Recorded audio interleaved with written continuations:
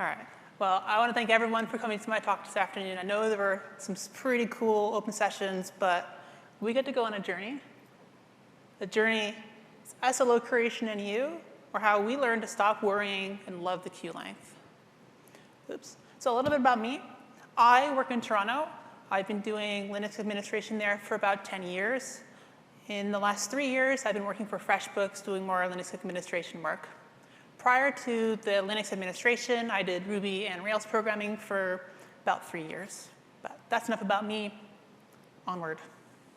Our story is set at Freshbooks, which is a cloud accounting platform built to help small business owners run their service-based businesses. They asked me to say that, but it's true. So let's introduce our cast of characters for our story. First up, we have service-level objectives, or SLOs. They're used to set formal expectations for your services stakeholders, or in other ways, a nice way to say we aim to provide this level of service. Almost in the same breath is the implication that the services owners are going to take the steps needed to restore service to that level in the event that there's been a breach of the objective. Now, that's like a 20-second, if that, kind of high-level view of what service-level objectives are.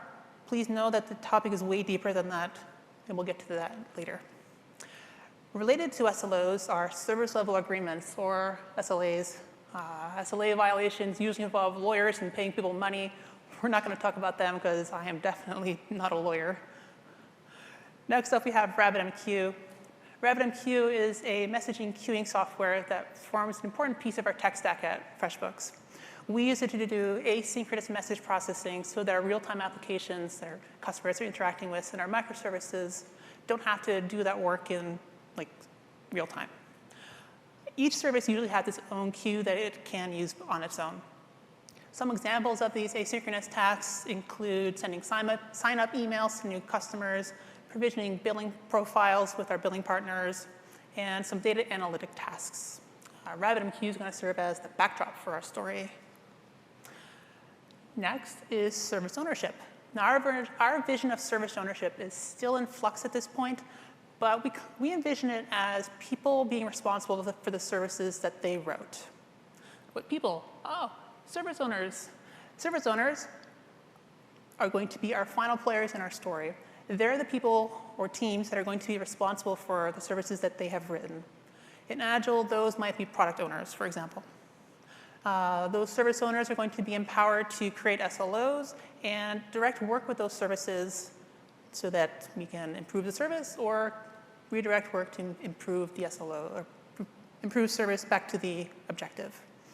So we have our cast of characters. Let's dive in. Act 1, we made an SLO. FreshBooks is just starting on a journey towards service ownership, where individual teams are going to own their own services instead of operations, me, having de facto responsibility for making sure that everything in production runs smoothly. Now, it's still an aspiration at this point, but we want to get to a place where each service has a team and an owner that is creating these objectives and is responsible for the well-being of those services. In order to support these new service owners in the creation of these new objectives, my team started a pilot program using the RabbitMQ service to create our very first objective and go down the path of how does this work. But since we're not working in a vacuum, we wanted to go to our customers, that is our peers inside FreshBooks who are using Rabbit, to see if the things that we came up with made sense. Now, we're all new at this, and we figured more feedback is more good. So let's take a look at our very first objective and see how it went. 99.95% monthly availability as measured by new software we're going to write. We were really excited because this is pretty cool stuff if you're a nerd like me. And along with this, we even had some new recovery objectives to share too, for the first time ever. For the people who are wondering what available means here, don't worry about it. It's not really a major character, so we're going to skip its backstory like every third-rate writers do. Now, it was going to be a pretty big shock to our customers that we weren't intending to have any kind of objectives around queue length or the number of consumers that are listening to the queue or attached to it, or bound if you're a Rabbit nerd. That's kind of a departure from our historic monitoring, which we'll talk about later. So we thought it was best to be upfront about that, so no one's surprised later on when we ship this stuff and they go, hey, wait, what?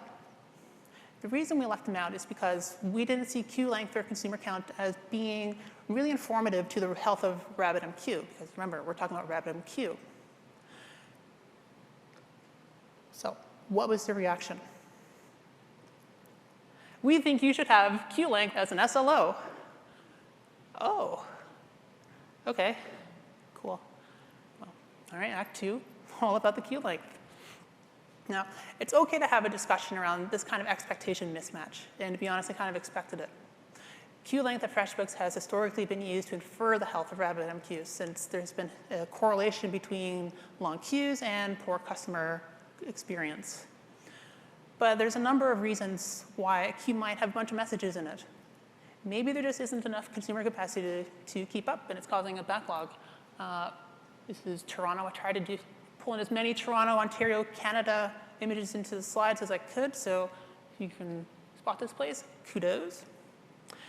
The second reason, maybe there was an unexpected usage spike that was just going to clear itself without any human interaction. Like, why page someone if it, like, you wait and it's just going to fix itself? Another reason, maybe someone shipped a bug.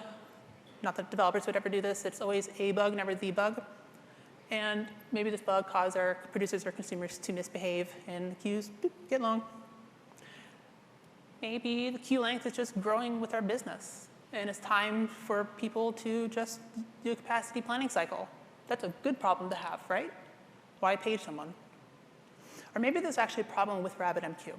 As you can see here, it does happen from time to time, and it will happen again in the future. In fact, we say to expect a small percentage of RabbitMQ unavailability right up front. Now, it looked to me like alerting on the queue length wasn't really ideal because there's a lot of ways for queues to grow. But this doesn't mean our developers and new service owners didn't get value out of looking at the queue length. But what do our colleagues see that we don't? Let's have a look at a few. Well, it lets us know if we might not have enough consumer capacity. That's a very reasonable concern, right? It lets us know if we might have a problem with the workers. Maybe they can't publish or consume messages. Yeah, another thing you definitely want to know. It lets us know that RabbitMQ is well provisioned. Well, after we dug into this one a little deeper, we learned that they wanted to make sure that we weren't going to cheap out on hardware and under-provision RabbitMQ. The direct quote is, we want to make sure you're not going to run it on a Raspberry Pi, which actually gave me an idea. Because you go to business, look, I can save you a ton of money. But it's actually a really good point, isn't it? Like, how can we assure our RabbitMQ users that we're going to enqueue their messages quickly enough so that their publishing services aren't, waiting forever for Rabbit to say, got it, got it? And how can we actually give them durability assurances too? Now, when you take a step back and you look, what they were really asking is, how quickly are you going to take my message so I can later consume it? And with this dialogue, we made another SLO around the message queuing latency and instrumented our new software to measure it. Now, let's get back to some of their other concerns. I think we can come up with more direct ways to address them if we guide those service owners into asking some questions about their services.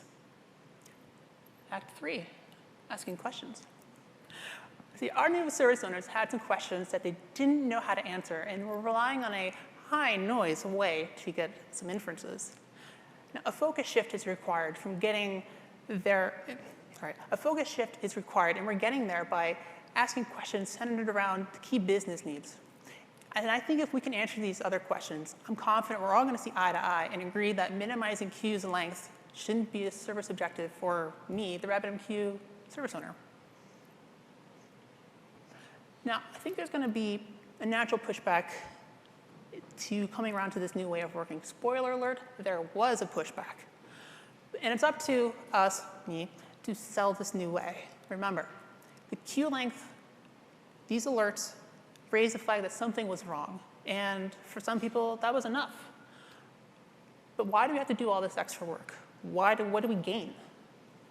Well, wouldn't it be nice if the page more directly indicated what was wrong? Like, hey, you might want to know that over the past hour, customers have been waiting an extra 5 minutes for emails. OK, cool. This call to action can prompt a more focused investigation. Why have customers waiting an extra 5 minutes longer? And I think if we move the focus to a small set of objectives, that means we already have, by definition, this small set of concerns that are the definitive things that we care about. And so since we're already going to be measuring to make sure we're hitting these objectives, we can use that same data that we're collecting to forecasts. We get capacity planning almost for free. If we see an upward trend, hey, we can actually forecast and predict in 6 months we're going to need more capacity. Isn't that great? I think that's great. And there's another couple gains. If we socialize our objectives inside FreshBooks, we're setting the expectation to management and to our peers that we're going to do what it takes to ensure that we're able to meet the objectives that we've all agreed to. Now, that may take the form of responding to a page. It may look like doing engineering work to improve the service. It may be reverting a bad deployment. And I think that individual contributors are going to look at these last points and see that they feel empowered to pay down some technical debt that is standing in the way of meeting the service's objectives. Yeah, who has tech debt that's making your services slow? Everyone. Now, if we keep these key gains in mind, we can frame the conversation with our new service owners around these and say, well, these are pretty good reasons to do this extra work. We get all this stuff. Now, if we go back a little further, we can look at the questions or the queue length showed our friends and reframe them a little bit to be more direct. Because what does enough workers mean? What kind of work or problems did they have in mind? Like I said before, they're not bad questions. But if we can tease out the root concerns, start asking more direct questions, we can see if RabbitMQ can even provide the best source of answer, the best source of truth for the answer. We can dig deeper by asking questions like, why is that? And how does that give you a benefit? Keep asking more and more, kind of like a 5 why, to keep getting these service owners to give you what they really care about. Because enough workers means something specific to them, but getting to write it down is the hard part. Remember, we want to convince them that the queue length isn't the best place to be looking for this data, because it's just not the best way. We have to get the root concerns and then find out the best way to answer them. Now, it is hard to come up with a set of generic questions to pose for every service, because by definition, they're all doing separate things, right? If they were all doing the same thing, you just have one service. But there's some that we can generalize on. So let's try out some of these old questions and some new ones and see how they match up with our service owners. What are some ways that we can know when a publisher or consumer isn't working? And like I said, that's an important question, but I want to answer it with another question. Is RabbitMQ the best place to look for answers? As before, an inference can be made by looking at the queue length. But remember that the goal here is to have a more direct indicator.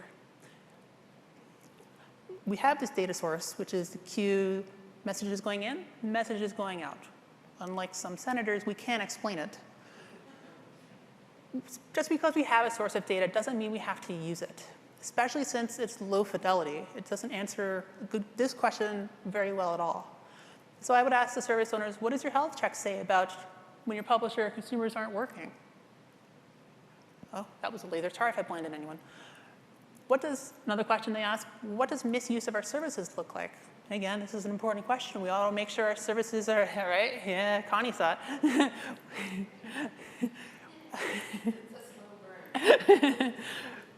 This is an important question to answer. What does misuse of our services look like?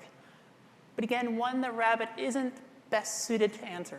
So let me ask our new service owners, what does service misuse mean to you? How can you use the available data or make new data available in order to detect it? There we go. And I hinted at this one a little earlier. How long should a customer have to wait after signing up to get a welcome email? This is a high-level question, and it's important because the data show that prompt mail delivery drives convergence. Convergence, I'm told, is really important. So I'll trust them. We want to keep our customers waiting the least amount of time, a reasonable amount of time. So it's kind of a good objective to have, right? Minimize customer wait time. But how do we phrase it? How about maybe for a given cohort of customers, we will deliver 99% of their sign-up emails in under 2 minutes from the time they click the button to when the mail is sent off to our partner. We can refer to it as time in queue. I'm going to say that a lot, time in queue. Or how long do messages sit before waiting to be processed? If you focus only on the queue length, we might see a queue with 500,000 messages in it and kind of panic. We might worry, is that bad? 500,000, that seems like a lot. But the number on its own doesn't paint the entire picture. Long doesn't always mean bad. So let's add some context with our new time in queue objective. We look at our timing indicators, and now we can say, yeah, we're doing fine, or nope, we're in violation of our objective. If the messages are being processed within our timing objective, then 500,000 messages isn't so bad, is it? For us, we saw keeping the queue length as close to 0 as possible as a proxy for minimizing customer wait time. By convincing our new service owners, which is still a work in progress, that if we get them to put a time limit on it, then the queue size doesn't matter. 1 million messages, 500,000 messages, are we meeting our objective? That's what cares. That's what matters. Throughput is also closely related, and it can be thought of, we should have the ability to process X messages per minute. Or in other words, once we get a message from RabbitMQ, how long does it take us to do our work on it before sending the mail off? When this drops low, perhaps because our mail provider is having problems, our customer wait time will go up. This is another good objective to keep an eye on. Another good question, how close are we to violating our queue limits? The RabbitMQ service owners, me, might impose some kind of limits on the queue to protect ourselves. This could take the form of raw message count limits or a byte count, how much stuff is in there. And it seems reasonable for consumer services to stay under that limit so that publishing isn't interrupted or the messages aren't just dropped on the floor, which, thanks Rabbit, that's useful. This usage agreement is something that me as a RabbitMQ service owner and the customer, our service owners, should be monitoring and measuring against to make sure we're both, one, you're doing what you say you're going to do, and then they don't lose their customers' data. Now, this target may never be shared externally. And by externally, I mean outside the team. And that's OK. You don't have to share all of your objectives. How might you phrase this one? What's a good target? Maybe no more than 1% of our messages will fail per day for queue violations. OK, it's a good thing you can actually measure against. But what kind of instrumentation could help Rabbit customers be aware of how close they are? As a service owner of RabbitMQ, I can send a reject notification whenever there's a violation. Now, the publisher can look for this message and handle it. Maybe they can retry. Maybe they can log a message. Maybe they can do something else that's meaningful. Also, Ontario. Oops, wrong way. Wait a minute, Lisa, didn't you just suggest queue length? Yeah, I did. But what's the difference between this and before? Well, just now it's being used to answer a specific question. How close are we to violating our limits with the RabbitMQ provider? If there's a violation of this internal target, we know there's a specific reason. We're at risk of violating our contract with this RabbitMQ service provider. And that means we're going to have a potential loss of data for our customers, or a worse customer experience for them by having to retry. With this specific one, there may be additional work to understand why it's alerting now. But with our other objectives in mind, we can have a better picture of the state of our system. OK, now what? Obligatory cat picture, what? We have all of these new questions, and we may have even learned that queue length isn't the best way to find the answers to them. Like this cat, we need to assess the situation before pouncing. Aww. So what things do we need to assess? Okay. What data do you need to answer your question? Does it exist? Your service might need some engineering work to expose those relevant indicators before you can begin to answer your new questions. And that's OK. The code can and should change to get the answers that you need. Just take care not to measure and alert on everything, because you might end up like us. Act 4, historic pitfalls.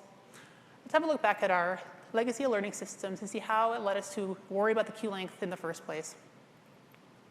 The approach we had taken to running RabbitMQ was largely a black box. It worked, but we weren't really aware of how to get the best out of it or to know when it became unhealthy.